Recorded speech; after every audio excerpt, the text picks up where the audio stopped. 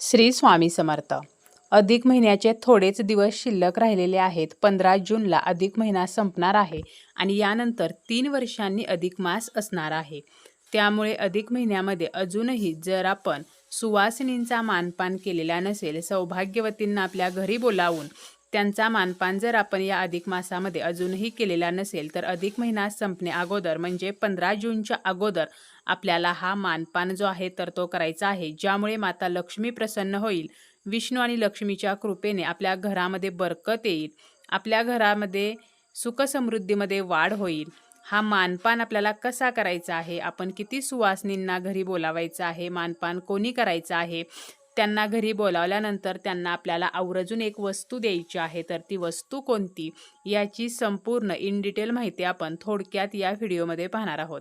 व्हिडिओला सुरुवात करण्या अगोदर तुम्ही जर चॅनलवरती नवीन असाल आणि पहिल्यांदाच माझे व्हिडिओ पाहत असाल तर चॅनलला सबस्क्राईब करा. व्हिडिओ माहितीपूर्ण वाटला तर व्हिडिओला लाईक करा आणि हाईपसुद्धा नक्की द्या. अधिक महिना हा अत्यंत शुभ आणि पवित्र मानला जातो आणि या अधिक महिन्यामध्ये जर आपण सुवासिनी पूजन केले, सौभाग्यवतींचा मानपान केला तर आपल्या घरामध्ये सुख समृद्धी आणि आनंदामध्ये वाढ होते अशी श्रद्धा आहे. आपल्याला अखंड सौभाग्याची प्राप्ती होत असते.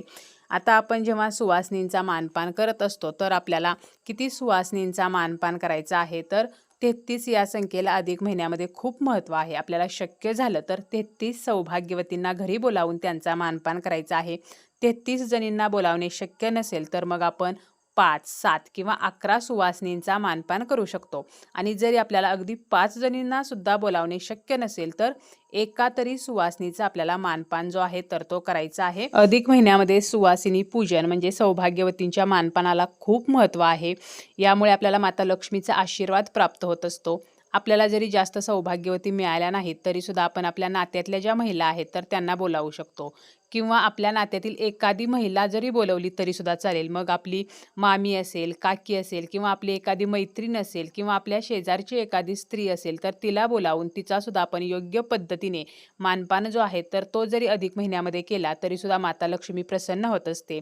आता ज्या दिवशी आपण या सौभाग्यवतींचा मानपान करणार आहोत या दिवशी आपल्याला सकाळी लवकर उठून स्नान वगैरे करून स्वच्छ वस्त्र परिधान करायचं आहे. आपल्या मुख्य दरवाजामध्ये छान अशी रांगोळी काढायची आहे. आपल्या मुख्य दरवाजाला आपल्याला तोरण लावायचं आहे. उंबरठ्याला हळदीचं लेपन करायचं आहे. त्यानंतर श्रीहरी विष्णू माता लक्ष्मी तर यांची आपल्याला विधिवत पूजा करायची आहे. आणि आपण ज्या महिलांना घरी बोलावलेलं आहे तर त्या घरी आल्यानंतर आपल्याला आदराने त्यांचं स्वागत करायचं आहे. जसं की आपण माता लक्ष्मीलाच आपल्या घरामध्ये घेत आहोत तर अशा प्रकारे आपल्याला हे स्वागत जे आहे तर ते करायचं आहे. त्या महिला आपल्या घरी आल्यानंतर सर्वप्रथम त्यांना बसायला आपल्याला आसन द्यायचं आहे. त्यानंतर त्यांचे पाय आपल्याला धुवायचे आहेत. त्या पायावरती आपल्याला हळदी कुंकू व्हायचं आहे किंवा आपण कुंकुवाचं स्वस्तिक काढून त्या स्वस्तिकला हळदी कुंकूसुद्धा वाहू शकतो. त्यानंतर आपल्याला त्या ज्या सौभाग्यवती आपल्या घरी आलेल्या आहेत तर त्यांना हळदी कुंकू लावायचं आहे आणि त्यांचं आपल्याला औक्षण करायचं आहे आणि त्यांना आपल्याला भेटवस्तू द्यायची आहे. आपण ओटीसुद्धा भरू शकतो. आता आपण जर ओटी भरणार असू तर आपण साडीने ओटी भरू शकतो किंवा खणानारळ्याने ओटी भरू शकतो.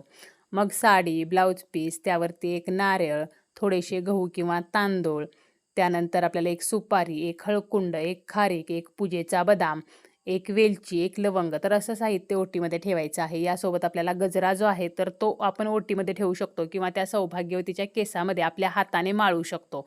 आपण लक्ष्मीला गजरा माळत आहोत तर अशा प्रकारे त्या सौभाग्यवतीला आपण तो गजरा जो आहे तर तो केसामध्ये माळू शकतो. त्याचप्रमाणे त्या ओटीमध्ये थोडीशी दक्षिणासुद्धा ठेवायची आहे. अगदी 11 रुपये ठेवले किंवा अगदी 101 रुपया ठेवलात तरीसुद्धा चालेल, परंतु दक्षिणा ही ओटीमध्ये ठेवायची आहे. त्याचप्रमाणे आपण एखादं सौभाग्यवान सुद्धा ओटीमध्ये ठेवायचं आहे. आता ओटी भरणे शक्य नसेल तर मग आपण त्या सौभाग्यवतीला एखादी भेटवस्तू देऊ शकतो. आता भेटवस्तू देताना काय देऊ शकतो, तर आपण हळदी कुंकवाचा करंडा देऊ शकतो किंवा टिकलीचं पॉकेट देऊ शकतो, मेहंदीचा कोन देऊ शकतो, नेलपेंट देऊ शकतो किंवा लाखेचे जे चुडे आहेत ते देऊ शकतो किंवा हिरव्या काचेच्या बांगड्या ज्या आहेत तर त्या आपण त्या सौभाग्यवतीला भेट म्हणून देऊ शकतो. एखादी नथ देऊ शकतो किंवा आपण पंजन दिलं तरीसुद्धा चालेल. आपल्याला जर शक्य असेल, आपली आर्थिक परिस्थिती चांगली असेल तर आपण त्या सौभाग्यवतीला पंजन देऊ शकतो किंवा अगदी चांदीची जोडवीसुद्धा देऊ शकतो. चांदीचे दर खूप आहेत आणि पंजन जे आहे तर ते आपण घ्यायला गेलो तर ते सुद्धा खूप महाग असते. परंतु जर आपली तेवढी आर्थिक परिस्थिती चांगली असेल तर आपण चांदीची वस्तू जी आहे तर ती सुद्धा त्या सौभाग्यवतीला देऊ शकतो. तर अशा प्रकारे कोणतंही एक सौभाग्यवान आपल्याला त्या सौभाग्यवतीला द्यायचं आहे. त्यानंतर आपल्याला त्यांना गोडाधोडाचं जेवायला घालायचं आहे किंवा आपण एखादा गोडाचा पदार्थ देऊ शकतो. शक्य असेल तर आपण पुरणपोळीचा बेतसुद्धा करू शकतो. आता अधिक महिना चालू आहे त्यामुळे आपण धोंडेसुद्धा आवर्जून बनवायचे आहेत आणि धोंडे जेवण जे आहे तर ते सुद्धा आपल्याला त्या सौभाग्यवतीला घालायचं आहे. म्हणजे काय तर पुरणपोळीचा स्वयंपाक करायचा, त्यासोबत धोंडेसुद्धा आपल्याला त्या ताटामध्ये वाढायचे आहेत. आता आपल्याला एवढा जर साग्रसंगीत स्वयंपाक करणे शक्य नसेल तर मग आपण गोडाची खीर जी आहे तर ती केली तरी चालेल किंवा एखादा गोडाचा पदार्थ, गोडाची मिठाई जरी दिली तरी सुद्धा चालेल. आणि त्यानंतर आपल्याला त्यांच्या पाया पडायचं आहे. आपण ज्याप्रमाणे लक्ष्मीच्या पाया पडतो तर त्याचप्रमाणे आपण त्या सुवासिनींना लक्ष्मी स्वरूप मानून त्यांच्या पाया पडून त्यांचे आपल्याला आशीर्वाद घ्यायचे आहेत. तर अशा प्रकारे आपल्याला सुवासिनींचा मानपान जो आहे तर तो करायचा आहे.